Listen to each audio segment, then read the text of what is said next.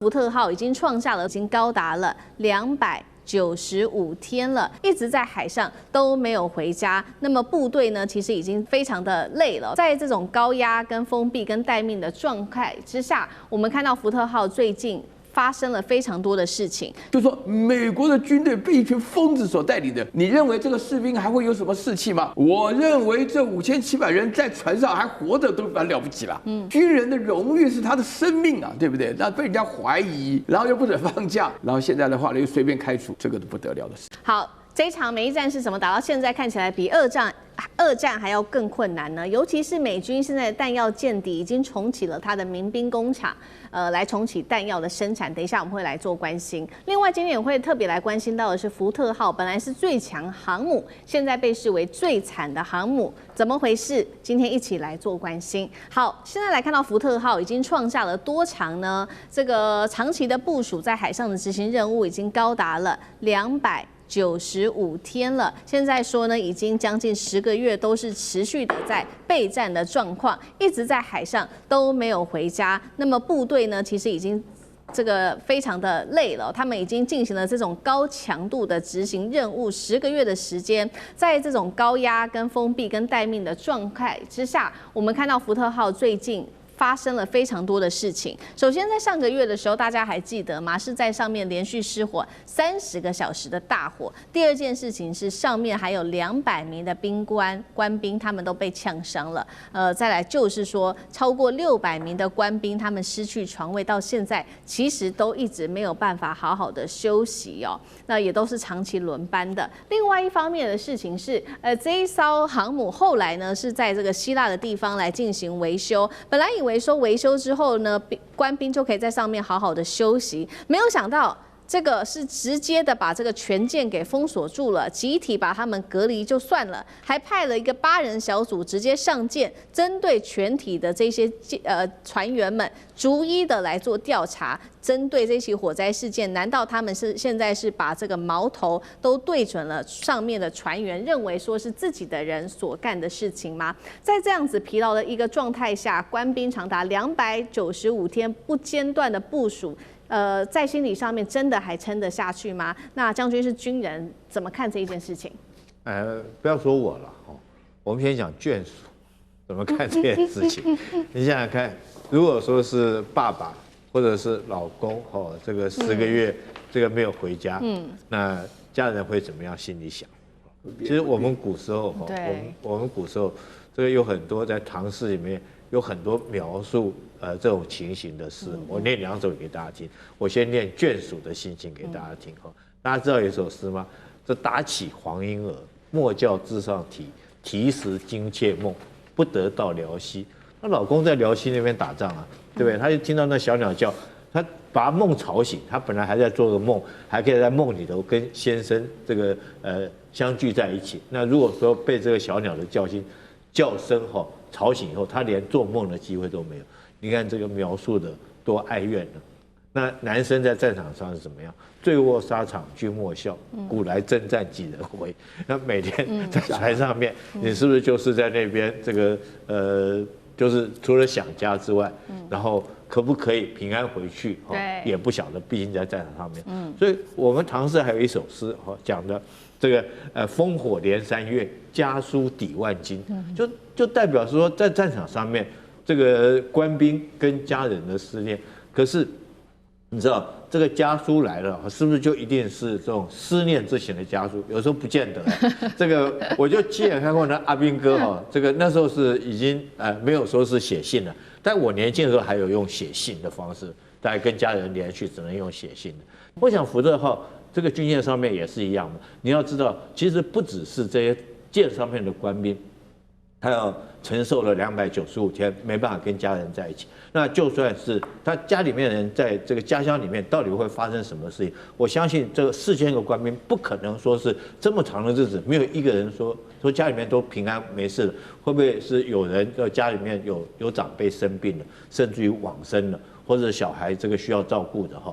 这个或者是说家里面必须他每天就很担心这个事情，这是官兵的心态。那家属的心态，我们有时候在 TikTok 上面也看到，大部分都是美军在描述的，就突然一回家。对不对哈？这个从家人后面突然出现，那包括到家人看到他哈，这个小孩看到爸爸回来了，欣喜若狂的，这种很惊喜的扑上去哈。甚至有看过那种连宠物哈，你看到那个小狗看到主人回来。那个欣喜若狂，立刻飞奔上去。那个 TikTok 上面我们都看到很多，但我自己看到，当然大家觉得说很温馨很感人，但是我自己看到真的是眼泪都快掉下来，因为我曾经经过那段时光跟那段感受，可以感受到长期不能回家。当然呢，如果心理比较健全的官兵哈，他们可以这个自己承受得住这个思念家人，但是如果说心理比较脆弱的。或者是说这个比较情绪比较不能够自我掌控住情绪的，会不会在这个时候出一些乱子，就很难讲。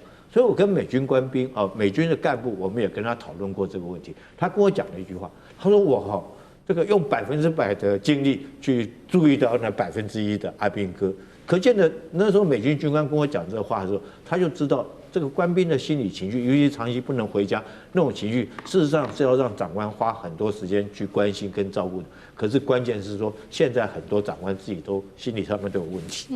没错。好，这个官兵在上面10个月不能回家，压力实在太大了。也进一步现在担心的是不是会影响到福特号整体的战力？那另外一方面，他们压力已经够大了，现在。这个船舰呢停在希腊的这边美军的基地，但是竟然是不是让他们休息，是进行调查，把他们当作是潜在的嫌疑人哦。那会不会影响到整体的气势？这在中东美军会不会也只是冰山一角的一个案例？苑老师怎么看？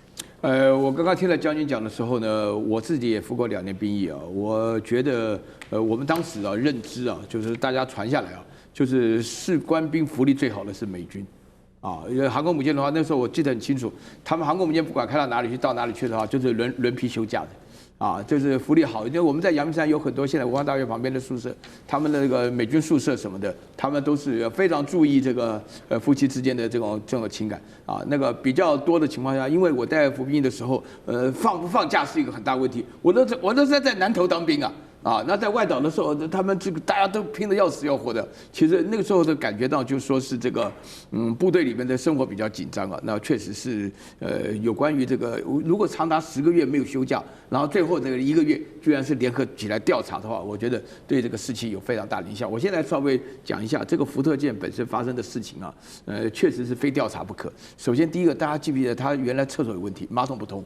马桶不通然后就挖出来以后呢，发觉马桶里面有绳子有衣服这个现在军装丢下去，那这个当然是人魔不彰嘛。这个想也知道，这个有人就在抗议。有人抗议的话，有2种理由了。就刚刚这个将军的话所找的路线是，不放假会抗议嘛，对不对？但是有没有想过问题，就是说，如果你进行一场不正义的战争，会不会有抗议？搞不好有嘛。如果我有机会，我也会觉得说讲到这场战争好像没有意义，有很多人在问这个问题，所以说受到士气的影响，这个是要围起来调查。虽然10个月没放假，但是美国有个军法的单位，他们是非常认真的，5700人一个航空母舰上面就部队6000人，这样合起来，就所有非部队人全部就负责航空母舰的维修的人全部都是。就是要被调查，这是第一件事情，就影响士气。不放假影响士气，然后非正义战争影响士气。然后第二个的话呢，就是把官兵当成潜在嫌疑人这件事情因为这个福特号的航空母舰是美国最新的造价最高的12万吨的一个船这个船的话呢，从造到现在。还没有开始用，问题一大堆，居然洗衣房里面失火搞到600多人的话呢，就没有办法安眠了那在这种情况下的话，那么这个部队里面最主要是讲求士气之外的话，这个《孙子兵法》里面该讲。兵是讲求士气那个将官的话呢是讲求气那个他这个里面讲的一个重要的原因就是说美军的整体来讲，前一阵子我看到美国有一个当过特种兵的一个民主党的参议员问海格塞斯，你把这些将军你开除了多少人？你把他们开除的理由你能不能说清楚？开除多少人都忘掉，什么理由也忘掉，然后呢也讲不出理由，只能够说这些都是经过川普核准的开除的。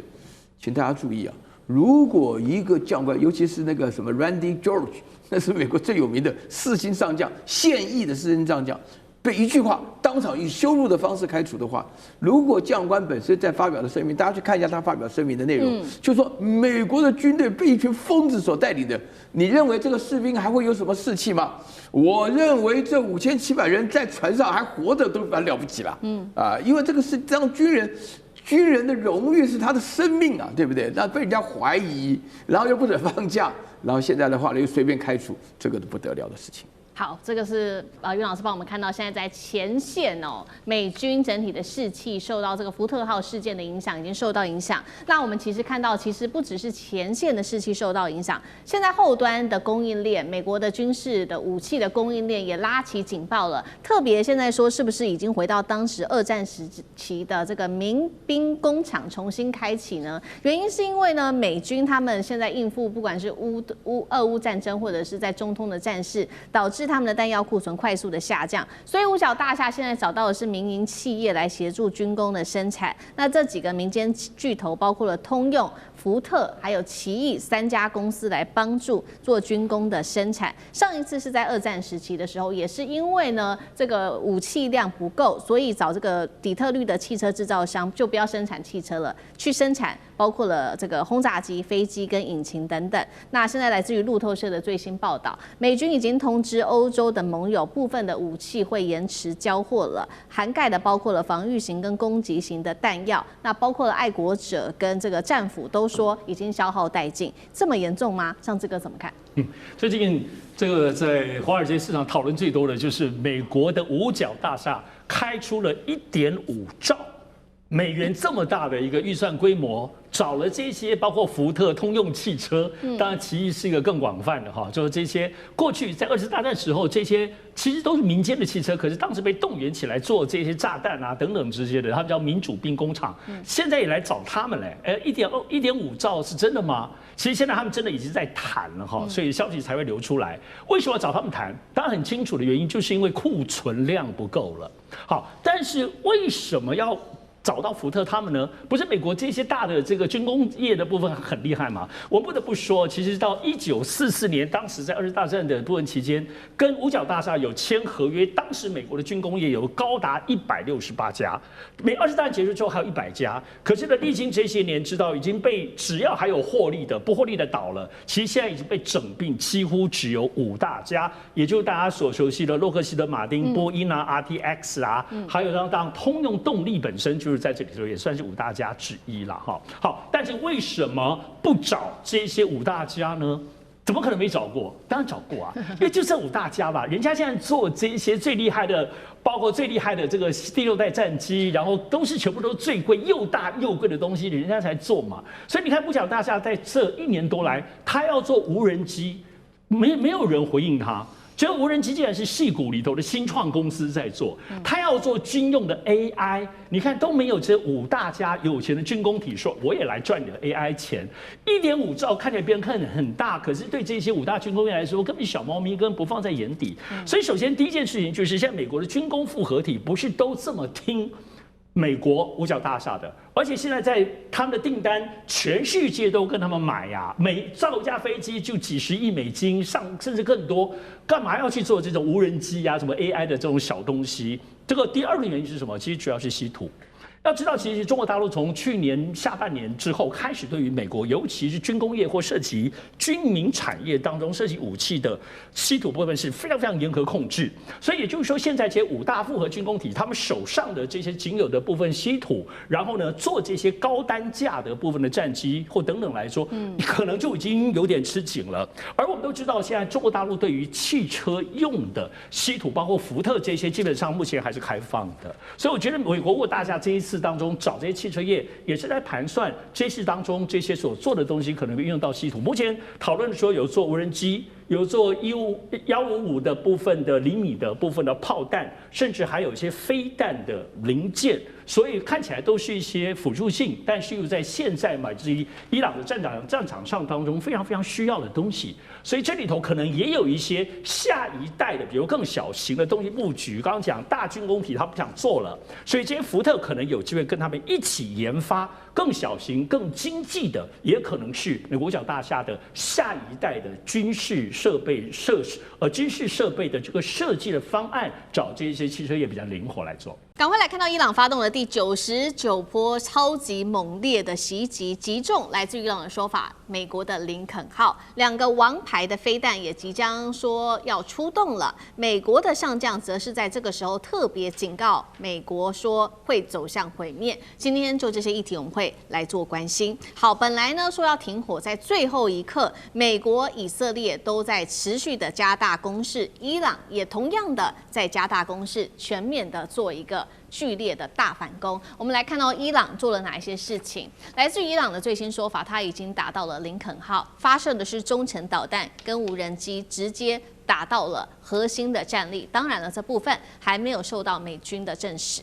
伊朗也说了，他打的就是在美国的石化企业跟它的石化设施，剑指全球的油价跟供应链，恐怕都要一起陪葬了。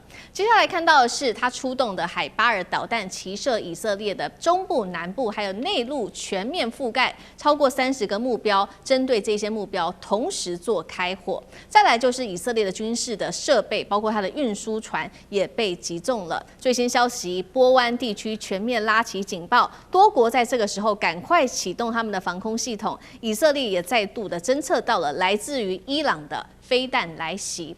最关键的事情是，伊朗到现在还有一款是从来没有过曝光的这一款飞弹，打击能力是达到过去2倍的飞弹，这个叫做联装飞弹发射器哦。说这个战力啊比过去都还要更强，也就是说伊朗的战力到现在还是远远没有见到底部。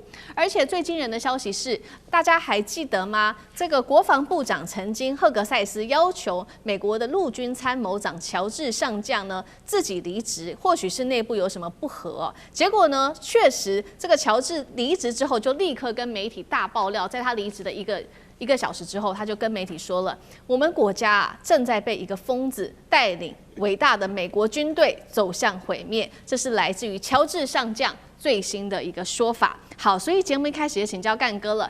伊朗它的第99波最新攻击直接锁定林肯号，是要准备集成航母的一个节奏吗？伊朗的战力是现在把美军已经逼到极限了吗？再来就是我们针对于乔治上将他所说的这些话，说一个疯子带领伟大的美国军事走到了毁灭，您又怎么看？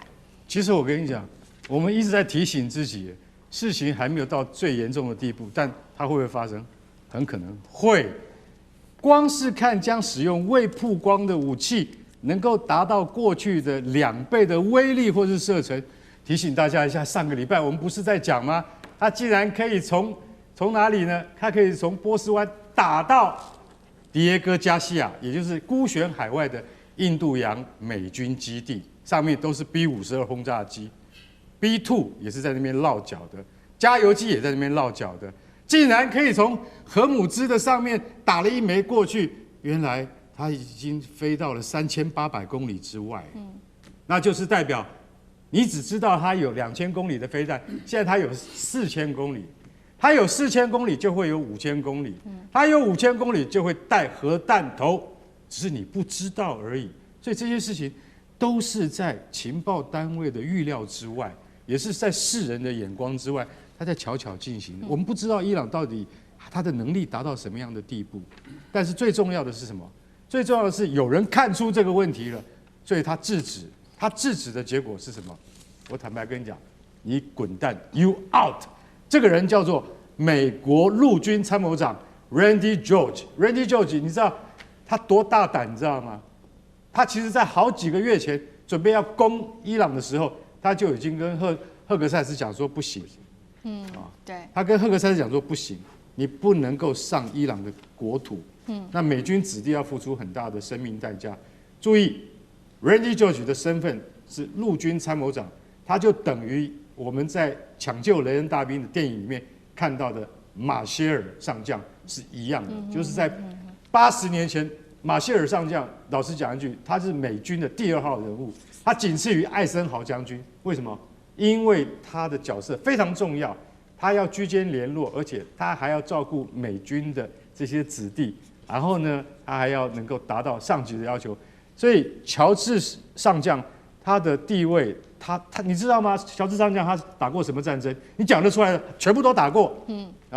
伊拉克战争、海湾战争阿富汗战争，他全部都打过。他是老兵，结果呢，他61岁的这个上将被45岁的排长给赶走。45岁的排长是谁？就是国防部长赫格塞斯。这个赫格塞斯他竟然，我想他很简单，我今天要这个执行主子的命令，就是川普的命令，我准备要这个派地面部队上去。他说 no no no， 绝对不行。好了，你再跟川普唱反调，我就直接准备把你给干掉。再来还有什么？再来我讲出来，大家会吓一大跳。他们争执点不是美军派兵，这只是这个起头点。导火线是在什么？导火线是在最近要晋升2名黑人少将、2名女性少将的时候，被赫格塞斯打回票了为什么？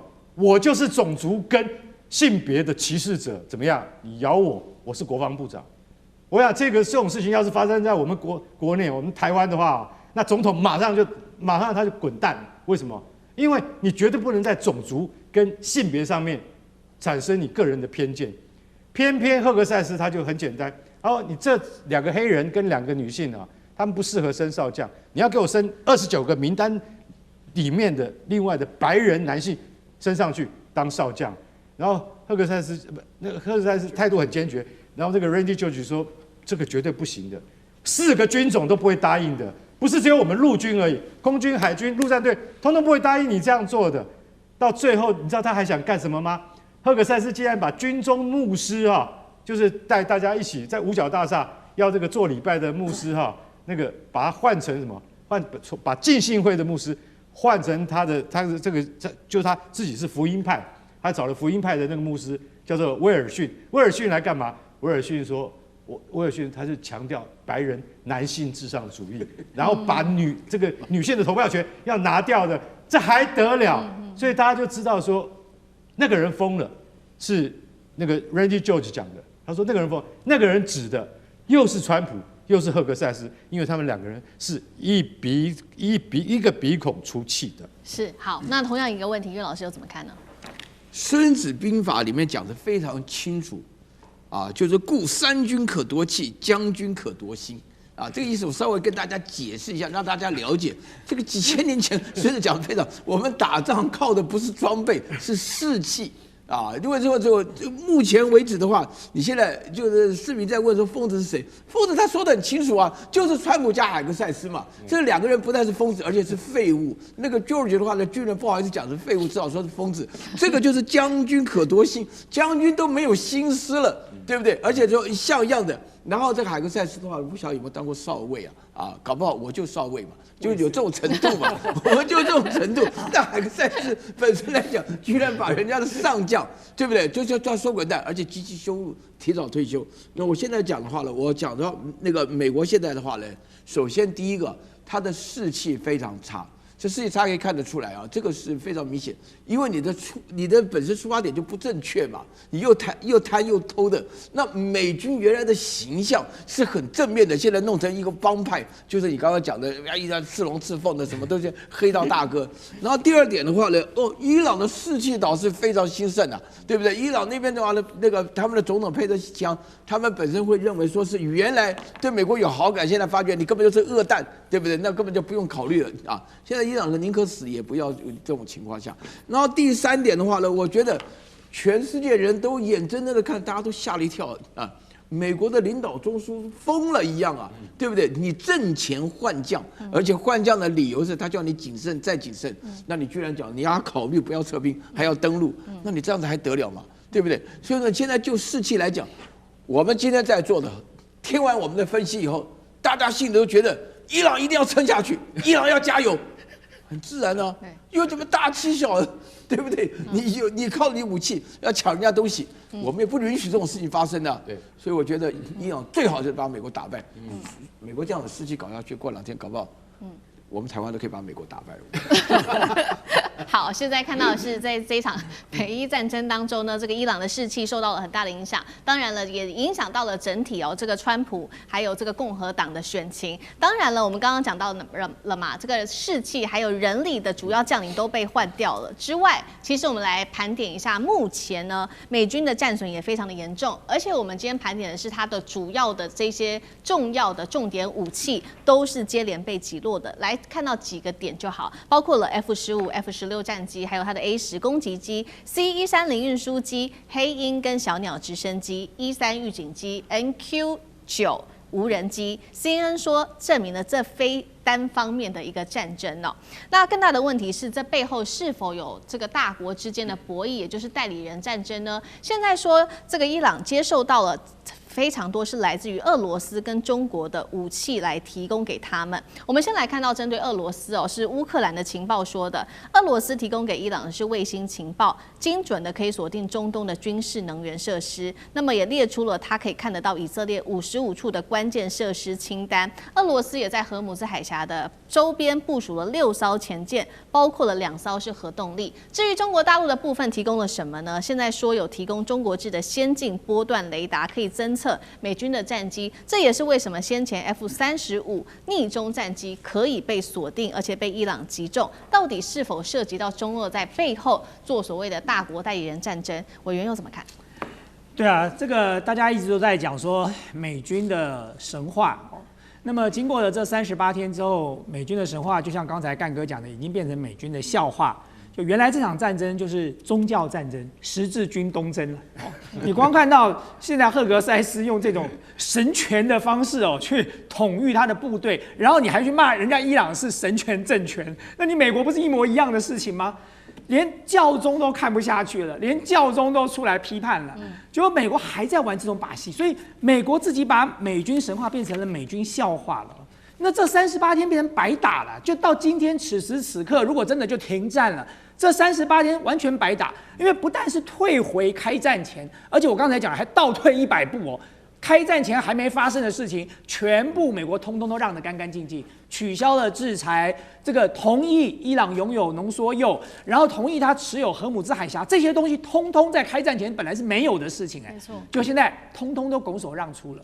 那第二个你要看到的是，为什么大家会觉得美军没有这么强呢？你光看他为了要援助那个跳伞的飞行员，他动用了170几架各型飞机，动用了这个 A-10攻击机，动用了这个阿帕奇这个黑鹰直升机，动用了小鸟直升机，动用了这个死神的无人机，170几架，战损12架就是不管说这个战损是被打下来的，还是自己炸掉的，就一个人战损12架。如果我是伊朗的话，我就希望他多跳伞几个就好了，每跳伞一个，我让你把人救回去，我先打掉你12架，反正你损3次就完了。对，来个10次，你马上战损120架各式飞机这算是哪门子的美军？然后自己还要吹嘘说是一个伟大的救援胜利。那这场战争，我觉得最主要的目的是，最主要美国会吃瘪的另外一个重要的原因，除了他因为师出无名之外更重要的一点是，伊朗花了20-30年准备了。伊朗是一个有计划的、多层次的、分阶段的剧本所以从一开始，我们不断的强调，他用廉价的、低阶的，像无人机、导弹去消耗掉对方的防空飞弹，然后去摧毁对方的雷达节点。然后接下来呢，他才进入下一个阶段，好整以暇的端出他真正厉害的武器。到现在为止，最厉害都还没有拿出来所以先前在开打的时候，很多人都在说，伊朗不是有那个极音速飞弹吗？高超音速飞弹怎么不拿出来用？甚至还有很多人说，伊朗根本就没有原来伊朗是骗人的。结果现在有没有？伊朗现在才要拿出来而且他现在这种分阶段式的剧本让美国根本没有办法应付了。那当然，我认为中俄在背后有给他支撑。除了我们刚才看到的，你说俄罗斯部署了6架潜舰，其中有2艘是这个核子动力潜舰，在荷姆兹海峡，为的是什么？我认为俄罗斯要表的态度是说，如果你美国跟以色列真的敢用战术核武去摧毁伊朗的文明，我就用战术核武去摧毁以色列就是大家来，只要你敢动这个，我就动这个了。所以其实我认为俄罗斯扮演了一个非常重要牵制的角色在那里你让美国跟以色列不敢随便的这个妄动了那你更不要讲说在这个情报分享，其实中国大陆跟俄罗斯这段时间给伊朗的情报分享给得很充分，所以伊朗打得越来越准对，越来越准。那么再加上俄罗斯提供了伊朗的飞弹的这个基本的原物料，中国大陆提供了这个伊朗的无人机的这个零件那更不要讲说现在大家在怀疑你说到底中国大陆跟俄罗斯有没有提供防空系统给伊朗，现在都很难讲那么伊朗我刚才说过，它是一个多层次分阶段的剧本还没有到最后阶段，它其实还没有把压箱宝拿出来。我们持续要来关心的是这一场美军夺铀是否失败。那现在呢，我们今天就这个真相来特别做一次比较深入的一个分析曝光了。另外，核武门槛现在可以决定的是生死的博弈，尤其伊朗现在密藏了8000公斤的核材料，要暗度陈仓吗？今天就这些议题，我们会一起来做关心。美伊这一场战事的另外一个关键点，就是在于说，美国到底拿不到来自伊朗的它的核材料，这些核武它有没有办法把它给摧毁呢？现在外界针对伊朗到底有多少的核武做了一个预估啊，说伊朗有441公斤的60%浓缩铀，已经距离10枚的核武，他们说只剩下最后一步了，一步之遥。那接下来这些核武的问题怎么去解决呢？李威特很有信心，他说呢，伊朗准备要交出来了浓缩铀。真的是这样子吗？还是美国的一面之词呢？果然，我们看到伊朗是立刻打脸了。他说这是妄想啊！伊朗的浓缩铀计划绝对不会设下任何的限制。那伊朗这么呛，美国的战争部长赫格塞斯就赶紧回呛，他说没关系，你们不交出来，我们美国就自己去拿出来，威胁美军可能会重启的，就是类似去年6月当时的午夜之锤。那么实际上呢，美军的夺铀行动恐怕这一次我们看到会不会又再次的经历大失败呢？赫格塞斯这样说，但是不是其实眼前的危机重重呢？为什么这么说？因为大家还记得吗？在这一周我们特别讲到的是说，美军去拯救这位 F-15E 被打下来的飞行员。那这一场行动也被视为其实不只是要救这个飞行员，而美国真正的目的就是要夺取浓缩铀。那么，川普还说这个他们的这个救援行为是成功的，行动是成功的，是复活节的一个奇迹。但是呢，被外界视为说你救人确实救成功了，但是你的战损非常的高之外，你要夺取浓缩铀的这件事情根本就没有达成。这当中还有4大美军失败的地方，而且是非常非常吊诡的地方。好，来看到是什么呢？就是说美军你不是说你要去救人吗？但是我们看到这2位飞行员。他们掉下来的时候，弹射的落点差400公里啊，救援地点却靠近伊斯法罕的核设施，离这么的远，你真的是要救人吗？还是你其实是要夺取核武呢？再来就是说，你只不过是救一个人，为什么要动用这么大的兵力？当时一共是派出了176架的空中舰队，而且呢。比较吊诡的事情是，你只是要救一个人，为什么你要派出2架 C-130啊？这 C-130是做什么用的呢？其实运送一些大型的武器啊，不管是导弹或者是坦克，你真的只是要救一个人吗？这件事情也被高度的质疑。那美军的行动，他们就说你们做的这一切就很像是过去你要夺取浓缩铀的时候所做的事情啊。那么现在也看到执行轰炸的任务，却还是单兵的。监射飞行代表当时是一个低空的飞行，是不是要做一个侦查当地地面清剿等等的动作？这些东西他们都认为根本就是为了夺取浓缩铀吧。所以节目一开始请教厉将军怎么看了？是假救援争夺铀吗？为什么美国到现在不针对此做一个比较清楚的说明？厉将军怎么看？当这个飞行员被救出来，川普自己在白宫主持的这个记者会之后。那当然，舆论上面就发现其中有很多疑点不合逻辑。那第一个是地点，我这边给各位看，这张图是，这个川普自己记者会上面公布的图哈。所以你看这个距离，大家就怀疑啊，这个怎么可能？说战机是在这个伊朗的南部这个地方被击落了坠毁，但救援的地方距离这边哈，如果按照美国白宫的记者会所述的这2点的距离有150英里，也就是说242公里这么远。那美国的说法，我觉得是让大家听了觉得说不可思议。你的说法有一点很牵强。他说，就第一个飞行员之后，因为弹射以后，因为这个气流飘啊、跳伞，这个伞随着空气就飘得比较远一点。那我自己跳过伞，我知道你再怎么远也不会飘到说是几百公里那么远，对不对？那非常危险的。所以这是很遗憾。那救援地点在这个地方哈，这个当然第一点让民众起疑。第二点哈，如果说你第一个飞行员可以救到的话，应该第2个飞行员你可以用同样方法就可以救到嘛？因为什么？第1个飞行员用黑鹰直升机把它捞走以后，那第2个这个你一样可以这个用直升机黑鹰直升机就够了。你为什么要动用到176架的各型飞机哈？那我在讲这176架有什么形式的飞机？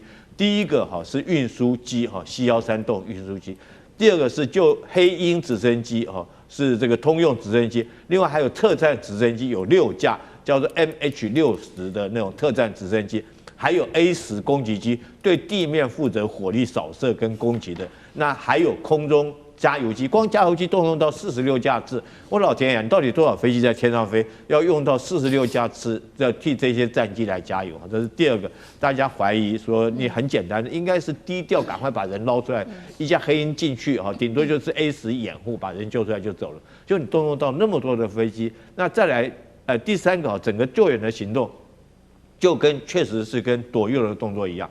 第1个，这2架这个运输机下去，它为什么要选择在这么远的地方？因为这么远的地方才可以降落C-13洞，因为它有一个跑道在那边，有个废弃的农场，所以他找到这个跑道在这个地方，他用C-13洞。那降落的时候采取阿富汗式的降落，就是俯冲下去有拉平降落，出来大概150个这个美军的特战部队，那它是怎么样？一下来以后，它立刻形成一个空降堡，把这个地方构筑一个堡垒，这是兵力。那火力呢？它用 A-10攻击机在上空密切的巡逻，只要发现有阿富汗的部队过来的话，它就伊朗的部队过来，它就这个火力攻击扫射。那在更外围，它用什么呢？用无人机监控整个战场。掌握到这个伊朗的革命卫队的动作，所以说构成一个很严密的监视网，从这个无人机到这个 A-10攻击机到地面的部队，然后中间保护的是这2架的C-13洞，所以很明显的，你说是救人需要动用这么庞大，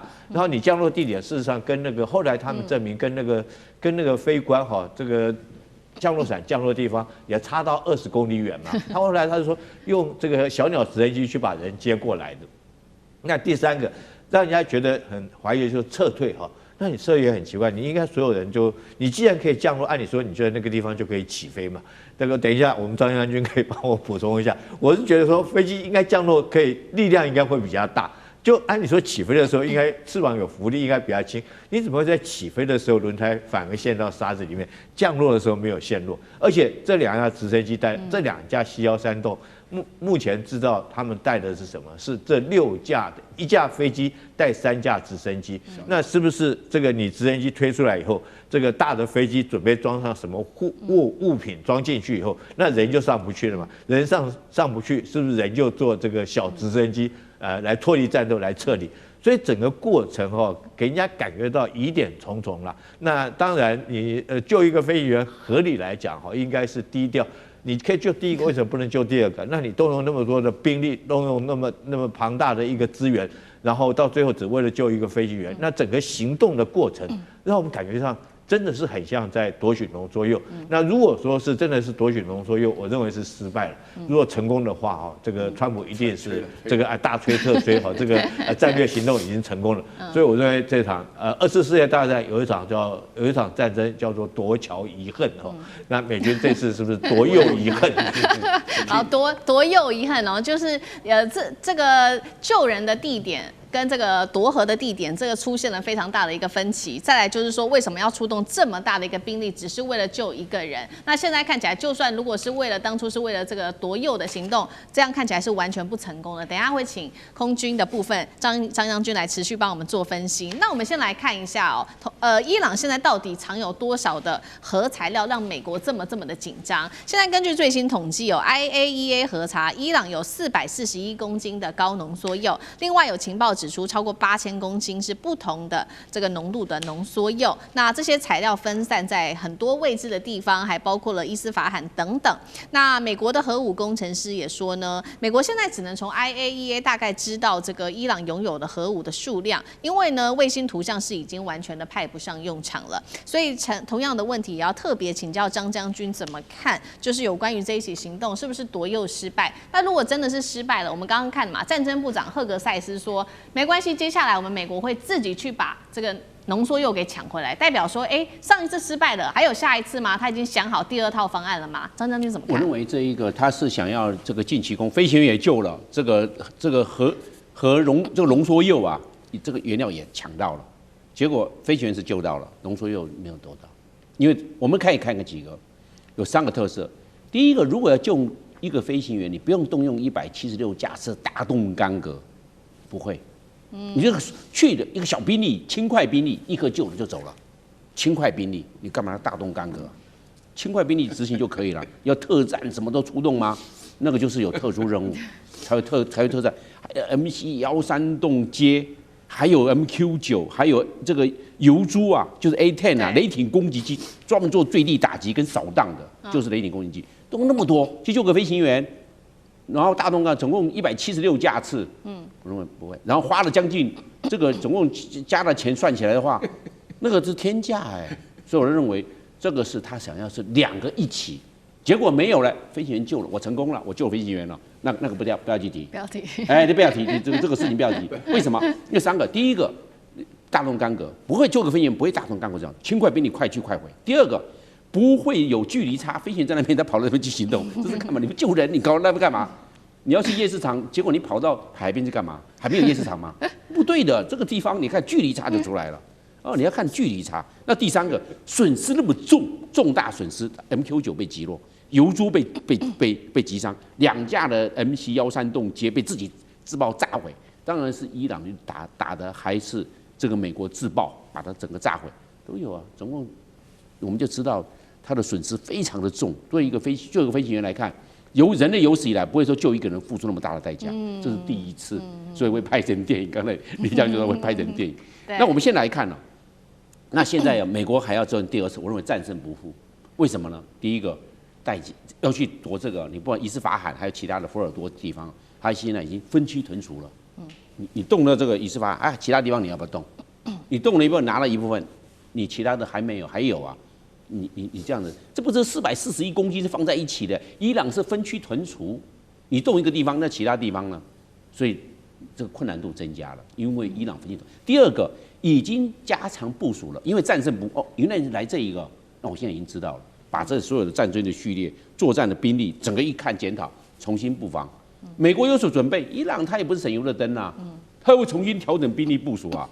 而且那是在山洞里面，那不是在地下，你容易进容易出对不对？可能都有一些主角鬼雷或者是机关在那边设置呢。你入境我炸到，跟你封的那个洞口，跟你让你进不去。所以我们可以看到，这一个加强部署也是伊朗的应对之策。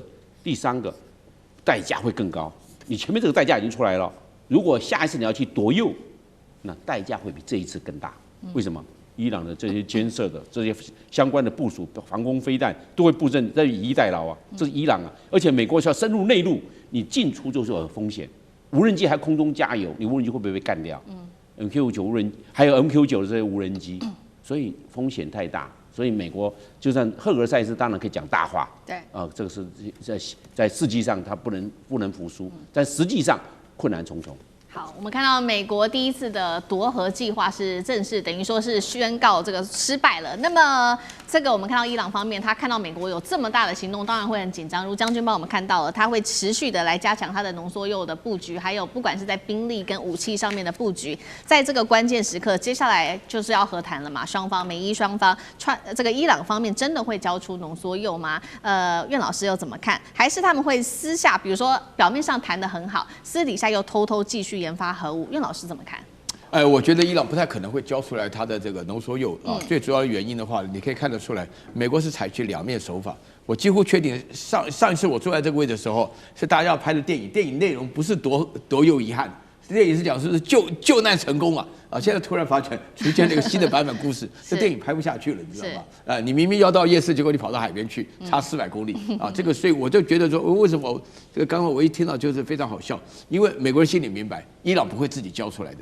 而且伊朗本身的话呢，看到朝鲜成功的案例，看到以色列成功的案例，他们心里明白得很啊，为什么巴基斯坦有今天这个地位啊？然后那个沙特这么有钱，要跟这么穷的国家军事联盟啊？然后那个为什么印度啊，现在突然之间要想当大国，都是因为有了核能力啊，所以说浓缩铀对于这个国家的话，不管你发达不发达，不管你强不强盛，你都是一个重要的一个鲤鱼跃龙门的一个关键点。那伊朗现在过去被制裁了47年，原来的伊朗本身来讲，为什么这次我会觉得夺铀失败的一个主要原因，是因为美国的资讯不发达、不完整啊。虽然出动了非常大的，就不顾成本的啊，那个2架713洞的话，那不得了啊，应该很贵的，对不对？在这种情况下的话呢，你这边也提到讲，只有 IAEA 的资料。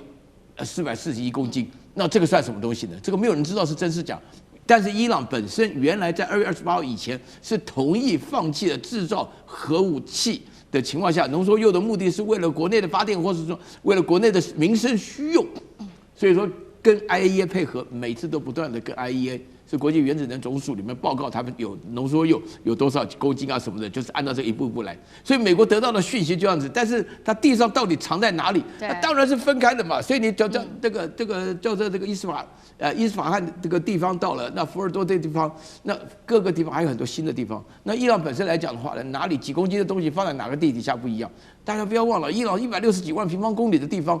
那怎么可能知道？所以美国整个策略讲极度的傻子，那突然一下子发觉搞了这个多少100多名的这个突击队员在那边讲啊，跑那个地方，连那个地方的飞机下去能不能起来都不知道。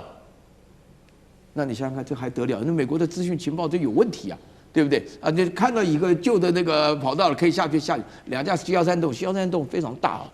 我记得711-9就已经很大了，对不对？啊，那在这种情况下的话呢，美国这一次想要夺铀的情况下，成功的希望不大。但是回来之后一直没有宣传，我们到今天为止也看到的消息，就是我们在这边讲人家的臆测，美国国防部、美国的战争部没有承认过。